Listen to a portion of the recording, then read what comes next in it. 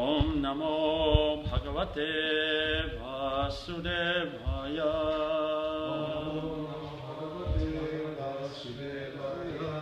Om Namo Bhagavate Vasudevaya.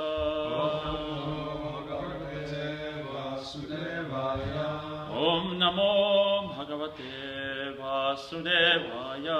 Om Namo Bhagavate Vasudevaya.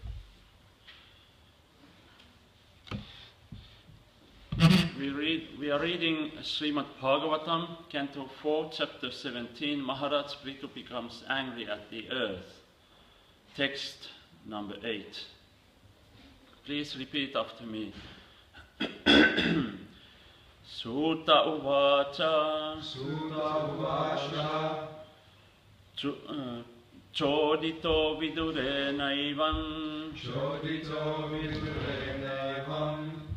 Vasudeva katham prati. Vasudeva katham prati. Prashasyatam pritamana. Prashasyatam pritamana. Maitreya pratyabhashata. Maitreya pratyabhashata. Translation and purport by Srila Prabhupada. Sutta Goswami continued. When Vidura became inspired to hear of the activities of Lord Krishna in his various incarnations, Maitreya, also inspired and being very pleased with Vidura, began to praise him. Then Maitreya spoke as follows. Purport.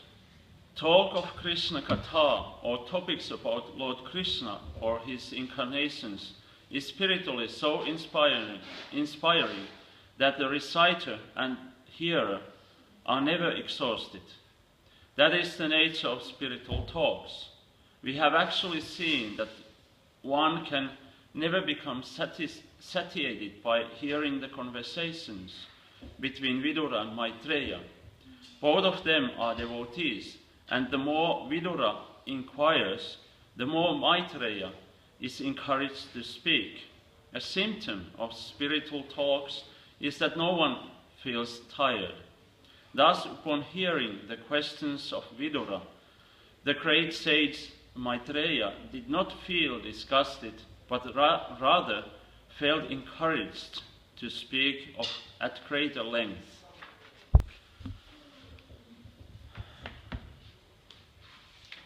So here, in this chapter, Maharaj Prithu's pastimes are about to start, and there's a conversation between Vidura and Maitreya.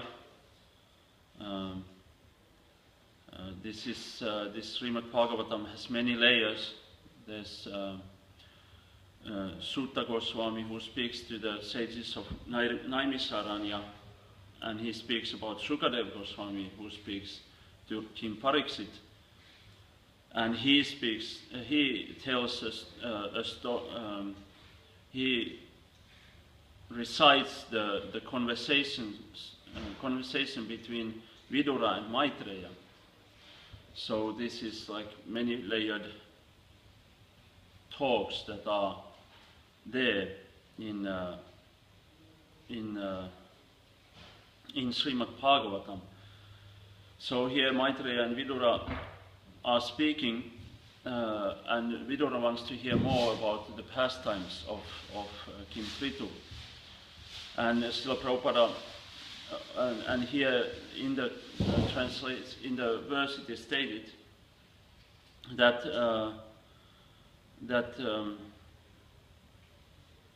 these talks they are very inspiring. The talks of Lord Krishna and the spiritual culture.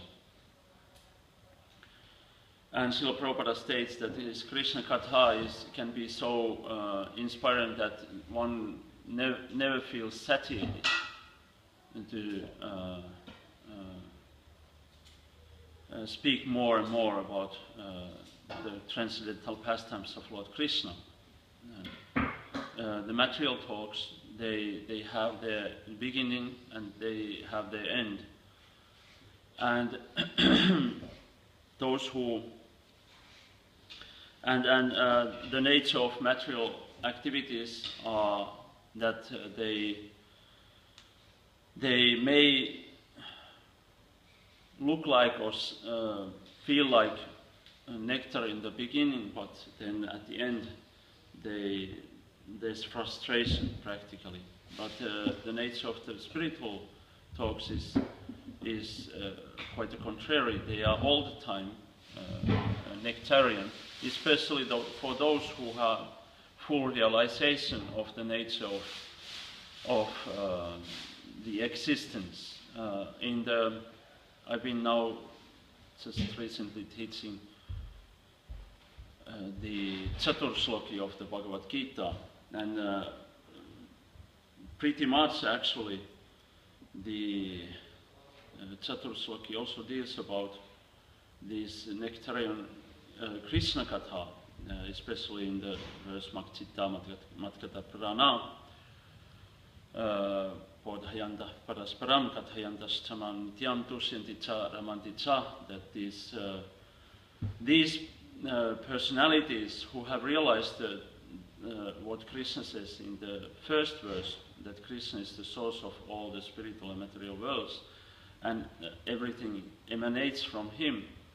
Those who have full realization of that, then they engage in the full service. They engage their life force, their full capacity to the service of Krishna, and to the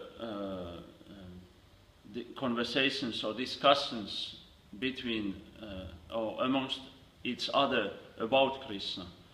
So that brings great happiness and satisfaction.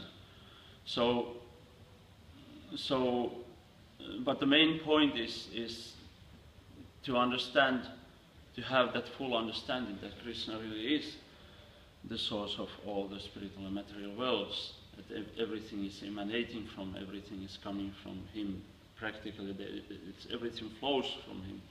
It's so easy for Krishna that everything is like in the constant flow coming from him. So for us here in the material existence, it is very important to understand how to then connect everything to Krishna and find that everything that we try to look for here in the material world is actually coming from him. And then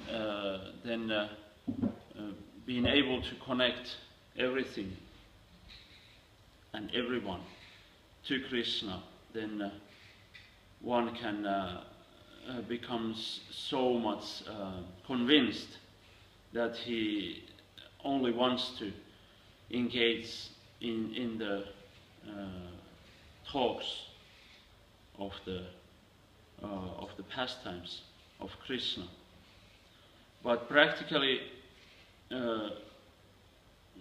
without attaining that full platform, one cannot fully derive full satisfaction of those. Or you could say that one cannot derive full nectar of those talks. So it is very important that we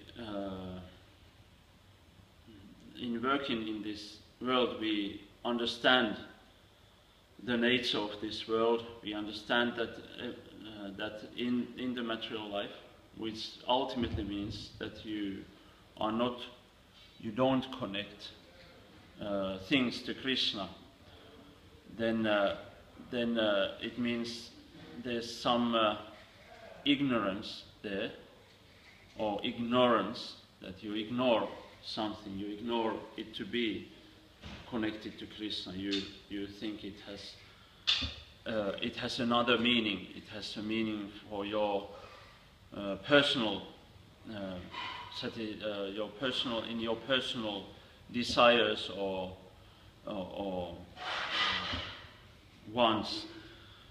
So then that part being not being connected to Krishna doesn't then bring that permanent happiness, but it brings along with it comes the a certain kind of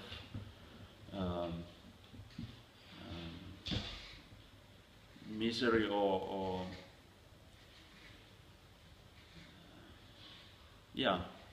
frustration, suffering, you could say, certain kind of suffering. To that extent that you don't connect it to Krishna, to that extent you will have to feel suffering. So that's then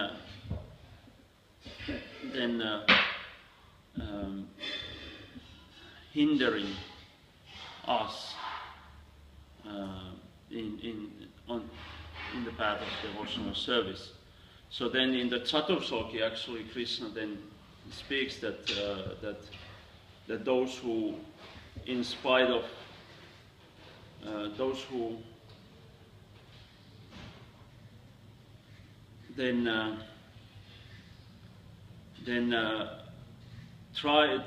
those who engaged in the loving service to him, then he will give understanding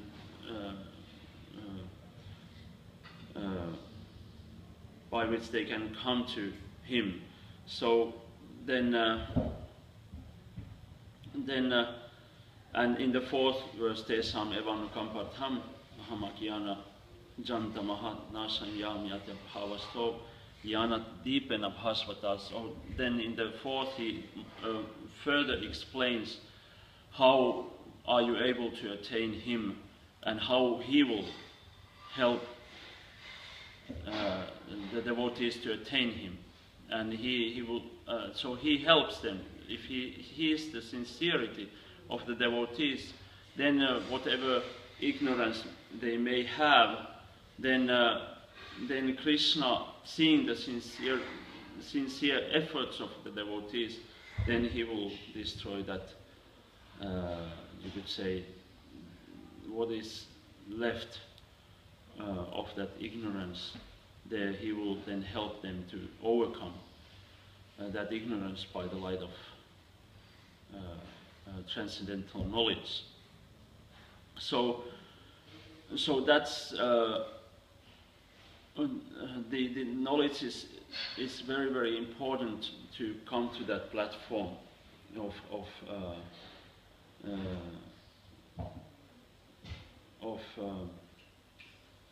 nectaring kathas for Lord Krishna. If we don't have that knowledge of, for example, the nature of this material world, the knowledge of that the enjoyment is just temporary here, all this knowledge that is given, or knowledge especially about Krishna being the source of everything, then we may not be able to attain that platform where we constantly want to hear about Krishna, discuss about or speak about Krishna. And like Prabhupada says here, Maitreya Muni, he wants to speak at greater length. He wants to speak more and more because they nurture each other. The one wants to hear more and more, and the other one becomes more inspired to speak. And we have had ourselves also that kind of experience where we have been speaking about Krishna, and then there's been more questions, and then the speaker has become more and more inspired about speaking more of the subject matter. So that experience we have all the time, but we have to be very careful in so that we see that although it seems, it looks here in this world, it looks like it's something substantial, something that we see in the material here in the world. Like now, the springtime is one of the best times here in Finland. We see how people become inspired by the warm weather or warmer weather, by the sun, and like that. So then they become very, very inspired to, go to the, especially in the center. You see them. There's many cafeterias and restaurants and so many places where people they gather together and enjoy the weather, enjoy the sun, and have a nice time, and like that. So you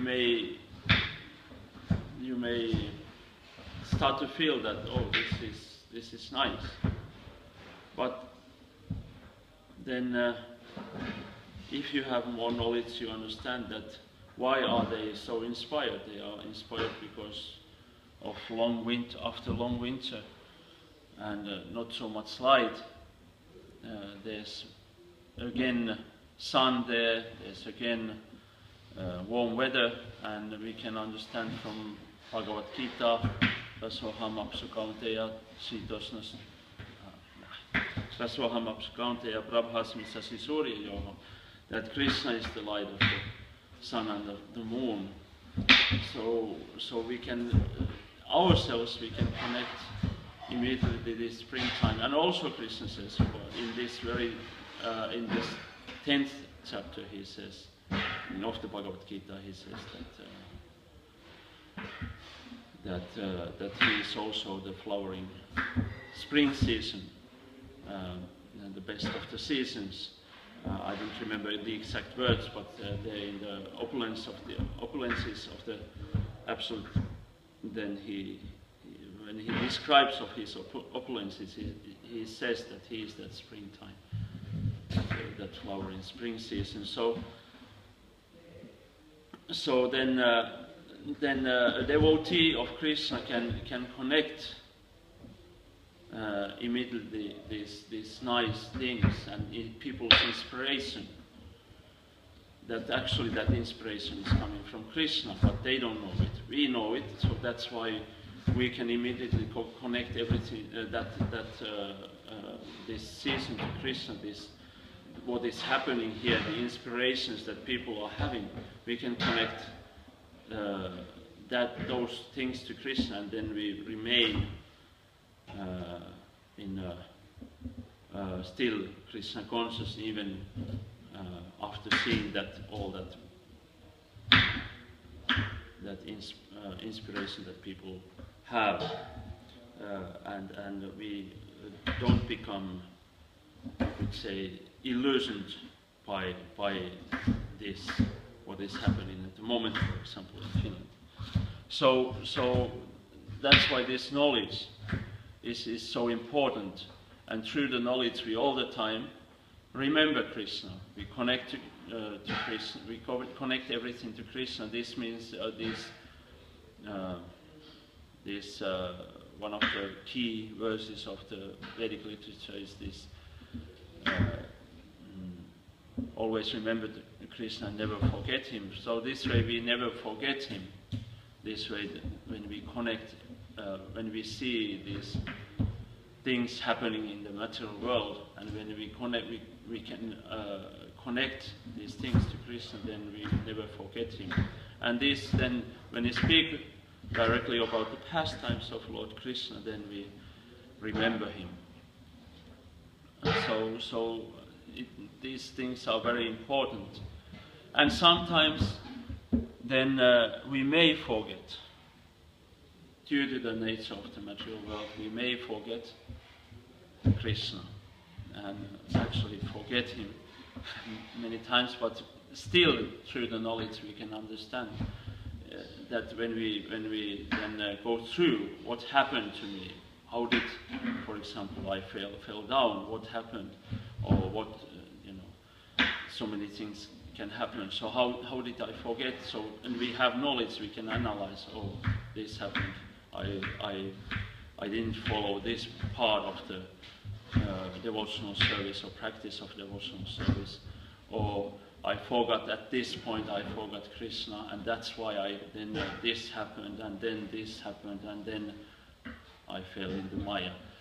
So this way we can all the time, through knowledge, we can all the time come back to Krishna consciousness, even though we have problems. So that is very important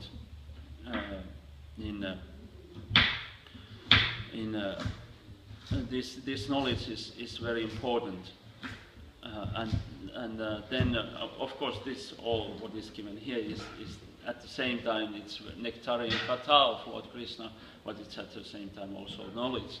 So these are all, how do we call it, intertwined, or they are all like together, and everything. It's a whole package that we have to see. Just to find. Oh yeah, we have still time. So it's the whole package. This Krishna consciousness, and when we fully follow this package, then we have no problems.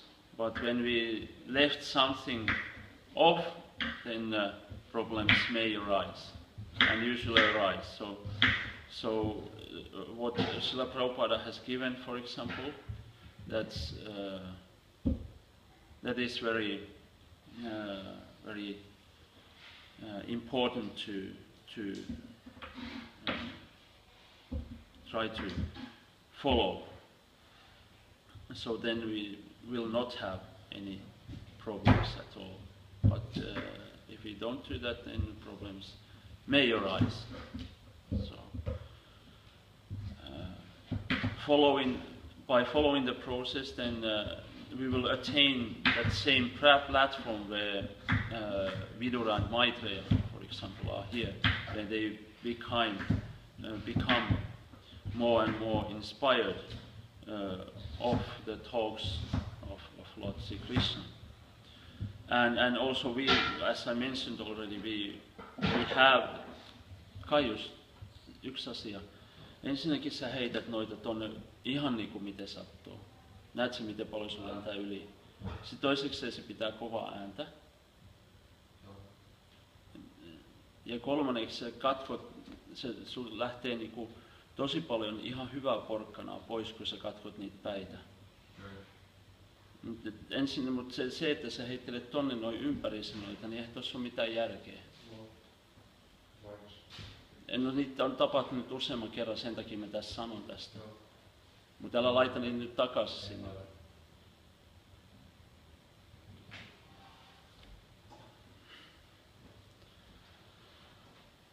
Okay, so this is very important. This constant hearing of Krishna Katha, although we may not be all the time as inspired as Vidura and Maitreya are, still this hearing is so important, and also speaking then afterwards. Hare Krishna, these were some thoughts about this verse. If you have any comments or questions, there's still some 50 minutes. Yes, Prabhu. Thanks for the class. So, I was thinking, like here the topic is about speaking of Krishna. So I was thinking that, like, we meet many people nowadays, like in the city, who they do different things in their life.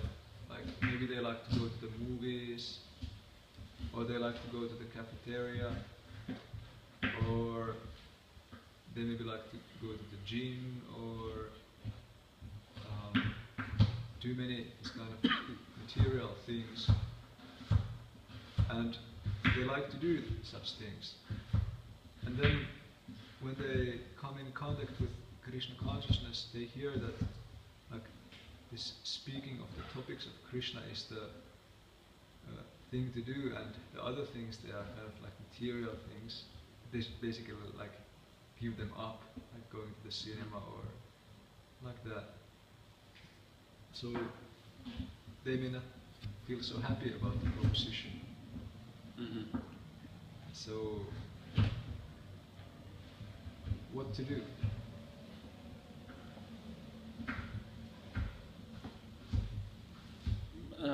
they may feel that like this Krishna conscious lifestyle is quite limited. It's just like you have to go to your home and read these books when your friends are going to the cinema or. Well, if we did movies about Krishna with the modern technology, they would certainly be popular.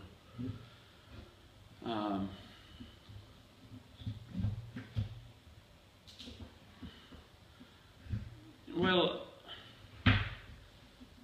very important is I bought a few years back. I bought a game from this Gurukul. It's a board game where the aim is to attain Krishna prema, and then you take first birth in this world, and there's in each and every step there's always some knowledge given, you know. Some are good steps, some are bad steps, and then there are snakes, and if you fall on the head of the snake, then you have to go all the way along the snake to the tail of the snake backwards, and if you happen to have that luck that you go to Garuda, which is a carrier bird of Lord Vishnu, then you go forward. So there's a point quite at the end of the game. So towards the end, it goes. The knowledge that it gives is more and more connected to Krishna. It's more like nectarine, you could say, towards Krishna prema.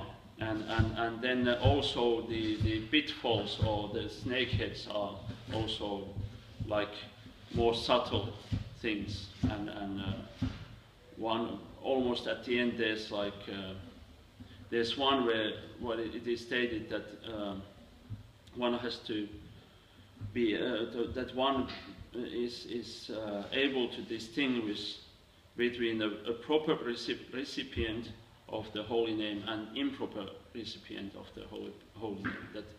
That one is able to distinguish who is proper for hearing the glorification of the holy name.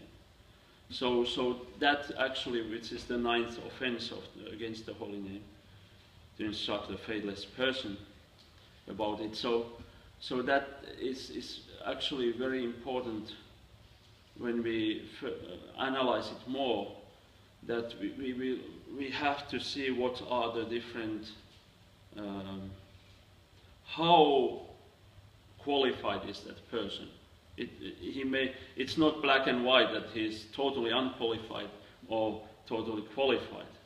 So then when we see how qualified, when we understand, when we have that understanding how qualified that person is to receive the glories of the holy name, the glories of Krishna Katha, then we can give him right kind of instruction where he can elevate himself further. So it may not be that we first say that you go to your home and you take a Krishna book, or you take Srimad Bhagavatam, Bhagavad Gita, and you read it and please forget everything else that you do. so that then we will see different ways to, then we have to see different ways to instruct that person, see how attached that person is to certain things, and then try to connect those things first to Krishna, to not forgetting Krishna, like movies, how those movies are connected to Krishna, what elements they are connected to Krishna, or gym, how is that connected to Krishna. So try to see that opulence, that indirect, the energy of Krishna there, and then that way to connect it to Krishna, and then instruct that person that way. Or then just leave it for the time being, whatever attachment that person has. So it's actually very important, this instruction, this offense, that we are able to instruct people according to their needs, according to their level where they are at. So that way they may become actually very, very inspired to read Srimad Bhagavatam or other such literature if they are not, said that you cannot do this, you just have to. So they may be very, very inspired, and then they go to the cinemas, movies, or to the gym and so many places, but still they remain. They elevate themselves to a certain level, and then through that inspiration that they have, we will then give more knowledge, and then gradually they will attain a platform where they are really, really inspired and don't want to do anything else. But until they attain that platform, we may have to adjust. So that's what I just by playing that game have understood, that it's actually very elevated platform to be able to see the quality of a person, to receive this nectarian kata. So that's one point of view. Of course, there's many, certainly. Is there anything else? Yes? Koyuchi?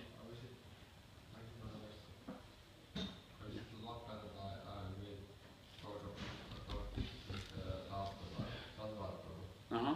Many things, and one that we are was that many West people, they are many hours in the work. Many hours they spend time there in the workplace. Many of us. Many people. Many people. Okay. Are in that working place. And Okay. So it happened that if like some devotee Vaishnava had some place that people can work under, so he can some rules and atmosphere Mm-hmm. there, the place. Mm-hmm. Maybe and then we can some Christian practice can be. Hankala se nyt ei. Sano vaan suomeksi. Että niin jos kun ihmiset teetään paljon työpaikalla, niin esimerkiksi jollain, jos joku terveydellinen vahtelu olisi sellainen omista niin jotain niin olisi vaikka työpaikkoja, niin sitten se tietenkin hän voi luoda tietynlaisen ilmapiirin, tietynlaiset säännöt siihen työpaikalle. Siinä voi tavallaan jatkuvasti. Se on sellainen.